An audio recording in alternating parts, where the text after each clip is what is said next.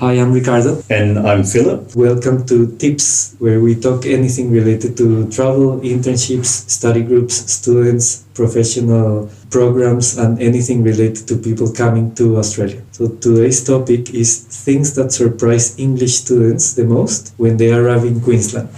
So things that surprise English students or English language students when they arrive in Queensland. Yep. Probably the first thing that comes to mind is the blue sky. And look, I noticed that if I've been abroad for even a couple of weeks, coming back to Australia and into Queensland is just the spectacular blue skies that we have. That's the first thing I think that hits you. Well, and I think we're actually recording this in winter, pure winter, where people in down south in Victoria, Tasmania, they're kind of wearing hats and everything.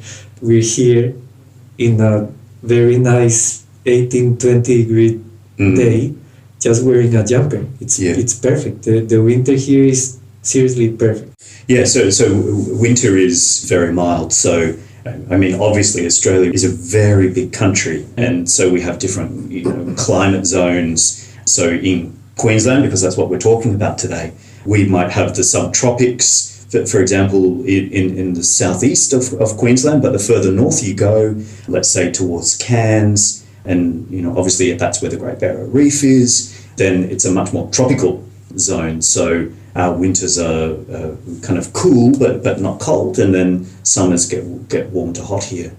So I think that's something that really hits students, just not only the climate, but the vibrancy of colours and in the subtropics. Yeah, I think before I arrived to Australia, you always hear, okay, it's a desert, and you imagine things like very yellow or red. But when you come to Queensland and New South Wales as well, but Queensland especially, it's so green. It's so green and it's so lush, and Brisbane is such a beautiful city with the river crossing it. It's just a grand city, and then it's so flexible in the sense that if you're in Brisbane, you get some like a specific type of lifestyle, but driving 1 hour south, you're in the Gold Coast, full of ocean and beaches and that surfy lifestyle. You go up north, Sunshine Coast, so it's so flexible, and if you go west, you get the mountains and natural reserves. It's beautiful.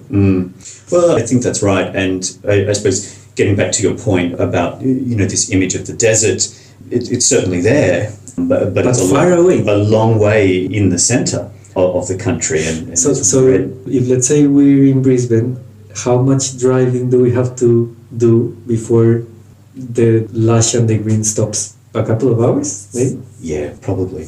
Driving. Something like that, yeah. Okay.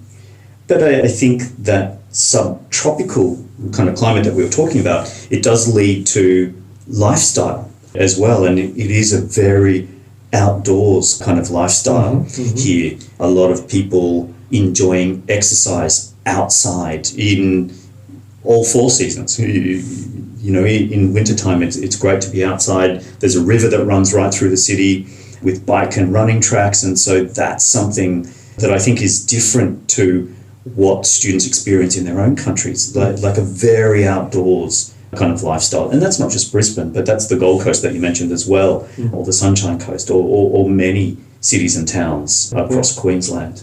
Okay, so just to wrap up the episode, what would be the top things? That it's green, it's lush, blue skies, and the outdoors kind of lifestyle that people lead here all year round. Yeah. The natural green environment. And that you have choices of moving to different cities and they offer a unique lifestyle. Perfect. Okay, great. So you can find me, Ricardo Gutierrez, on LinkedIn. And I'm Phillip Fredericks on LinkedIn. Perfect, thank you.